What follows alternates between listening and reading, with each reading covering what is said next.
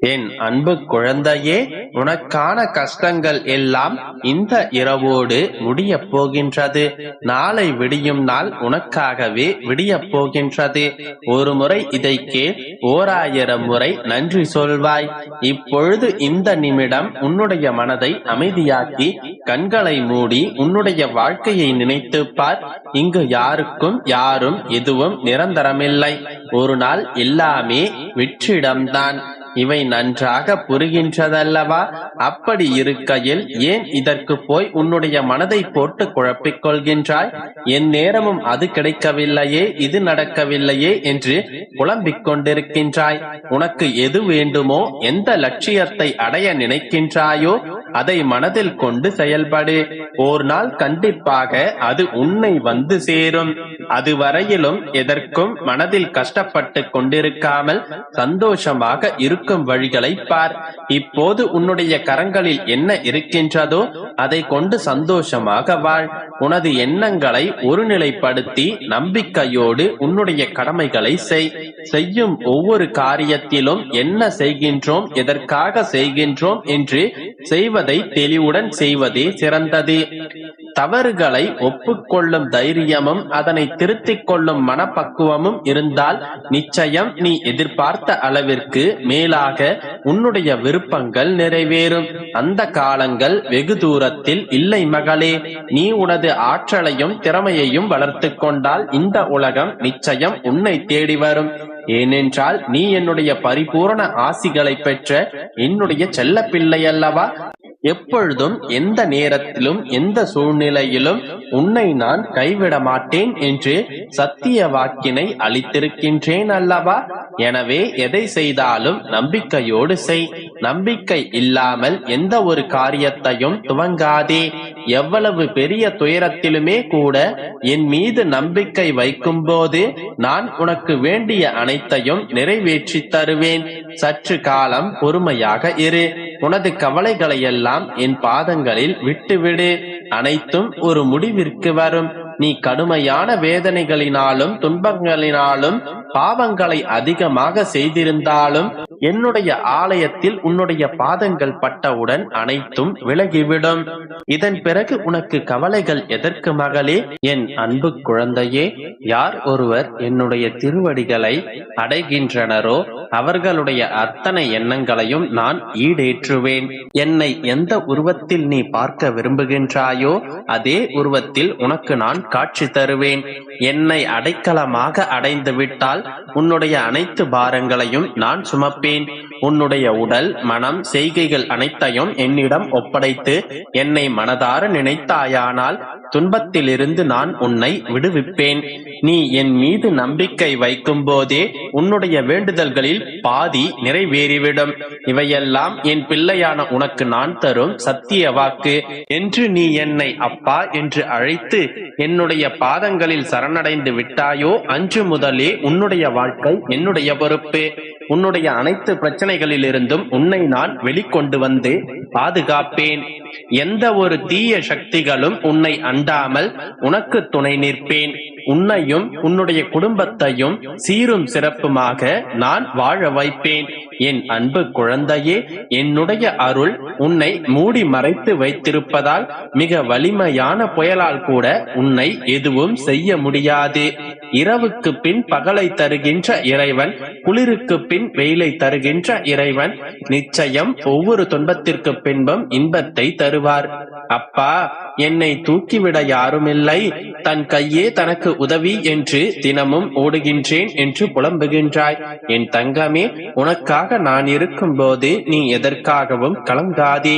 உன்னுடைய வாழ்க்கையில் சோதனையை கொடுத்து உன்னுடைய பொறுமையை சோதிப்பேனே தவிர வேதனையை தரமாட்டேன். நீ இப்பொழுது கஷ்ட காலத்தின் விளிம்பை எட்டிவிட்டாய். இனி எதற்காகவும் கலங்காதே. உனக்கான நல்ல நேரத்தை உன்னுடைய அப்பா உருவாக்கி தருவேன். உன்னை செம்மைப்படுத்தி உயர்த்துவேன். கற்றுக்கொண்டே இரு. ஏனென்றால் இந்த உலகம் மாறிக்கொண்டேதான் இருக்கும். ஒவ்வொரு நொடியும் நான் உன்னை கவனித்துக் கொண்டுதான் வருகின்றேன். நீ தவறு செய்யும் போது உன்னுடைய மனதில் எச்சரிக்கின்றேன். நீ அதை பொருட்படுத்தாமல் அதே தவறை மீண்டும் செய்கின்றாய். அது தப்பாக மாறும்போது கர்மத்தை ஏற்கின்றாய். பிறகு என்னிடம் மன்றாடுகின்றாய். உன்னுடைய மனது என்னுடைய பாதையில் கொண்டு செல்ல தயங்குகின்றாய். என் தங்கமே, நீ வாழும் வாழ்க்கையில் உண்மை மாறாமல் இருந்தால் உன்னுடைய பாவ செயல்களை நான் சுமந்து கொண்டு உன்னை வழிநடத்துவேன். நீ என்னை நம்ப மறுக்கின்றாய். நான் உனக்காக பல மனித உருவில் அவதரித்து உன்னை பாதுகாத்து வருகின்றேன்.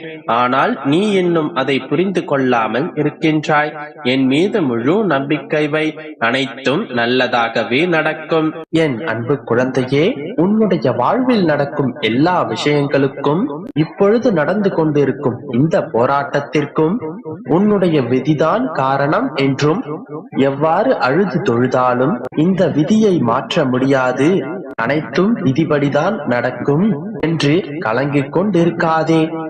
ஏனென்றால் எல்லா விதிகளுக்கும் ஒரு விதிவிலக்கு கட்டாயமாக இருக்கும்.